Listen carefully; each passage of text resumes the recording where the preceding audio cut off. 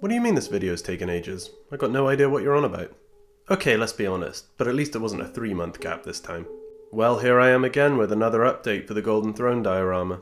For those of you that are new here, for the past 2 years I've been building a huge Golden Throne diorama from the Warhammer 40,000 universe. I don't know why I set myself such a daunting task, but we're here and there's no backing out now. In our last video we managed to add all the decals to the throne room floor, and now it's time to come in and add some weathering and dry brushing. Do you know what I regret about the last update? Complaining about transfers. If I knew just how many bolts I'd be individually painting, I wouldn't have said a single word about all the transfers I had to apply. Therefore, you can expect this video to have more rivets than 2 frogs. Before we dive into all that, I want to show you a few other things I've been working on first.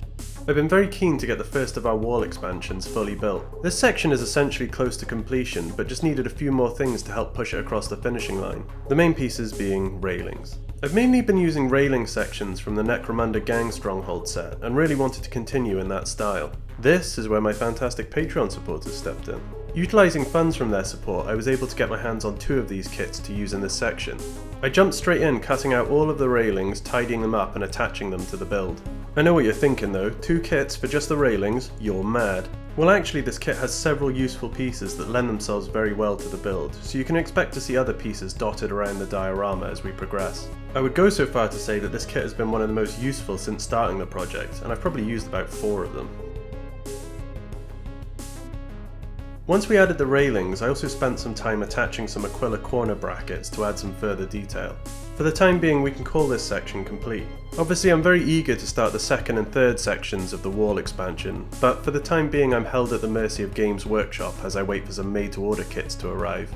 180 days? That's right, and you're going to wait every last one of them.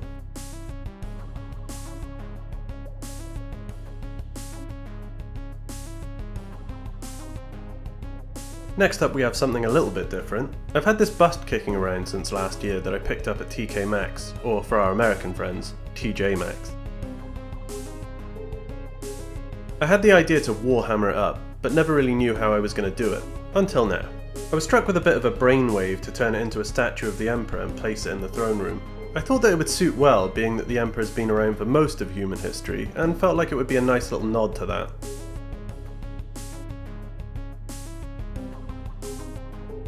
Now, how did I make the statue more Warhammer? I achieved that by sticking a big fat Aquila on the front of it, along with some purity seal. I did kit bash my own Aquila using some old metal eagle wings from Warhammer Fantasy, and an ornate button for the middle. It's not really a traditional Aquila, but I feel like it helps give off the sense of grandeur that you would expect to find in the Emperor's throne room.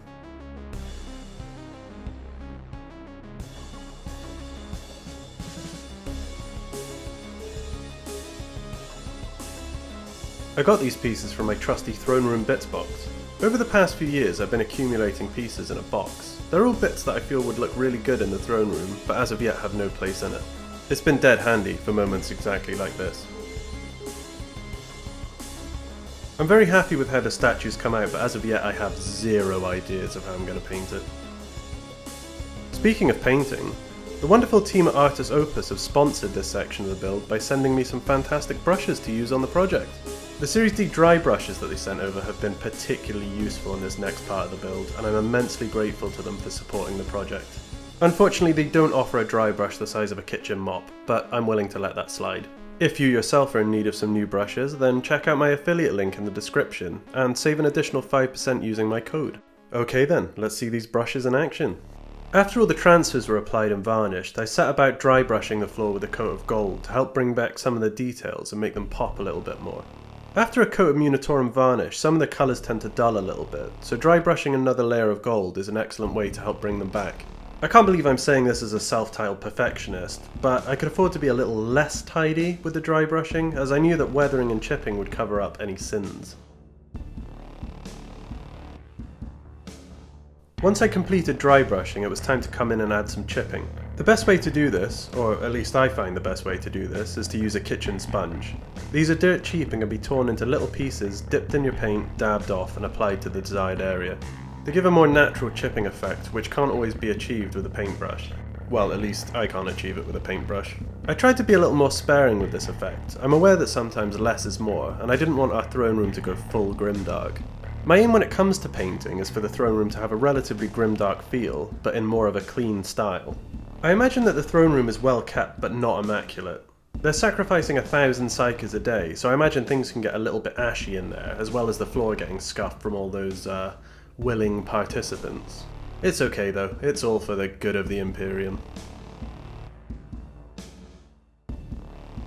This is probably around the time that I thought it would be a good idea to individually pick out every rivet from every floor panel. Spoiler, it wasn't a good idea.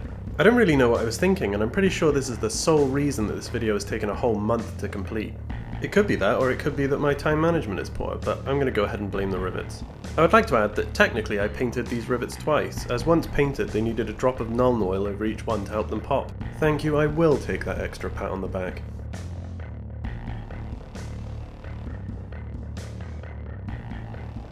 Something that I've become a bit more aware of over the past few weeks is just how vast the throne room floor is, and if I'm honest, it's a little too empty.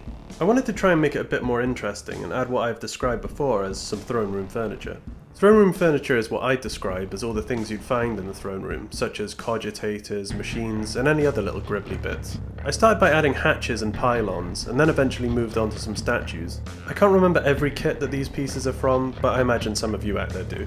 You nerds. These statues are actually a bit of a highlight for me, as I was able to try out a different style of metal that wasn't gold coloured.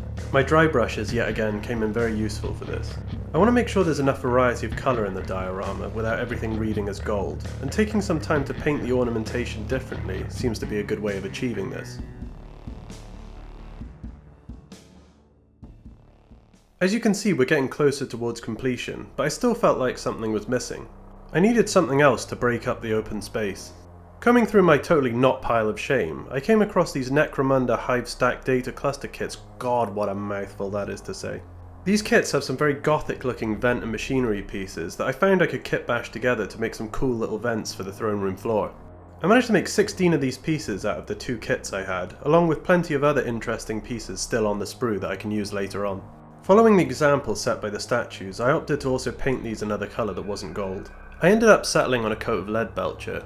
These are still going to need some more details further down the line, but for the time being they help set a good example of what the floor layout's going to look like. I feel like this is quite a large milestone having this section of the project completed, so let's take a look.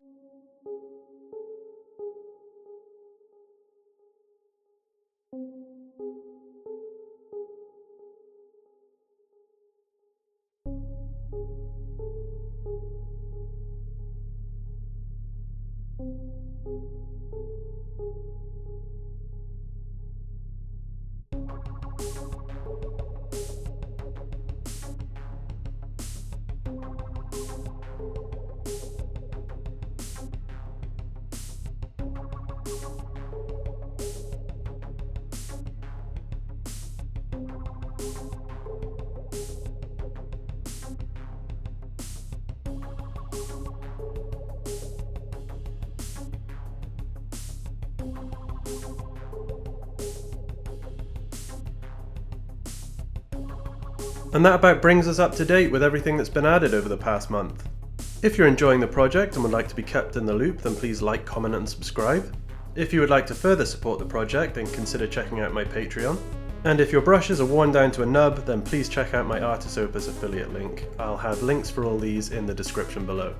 Finally, I post regularly on my Instagram and TikTok, so if you want to keep up to date, head over there too. Thank you very much for watching, and I will catch you in the next video.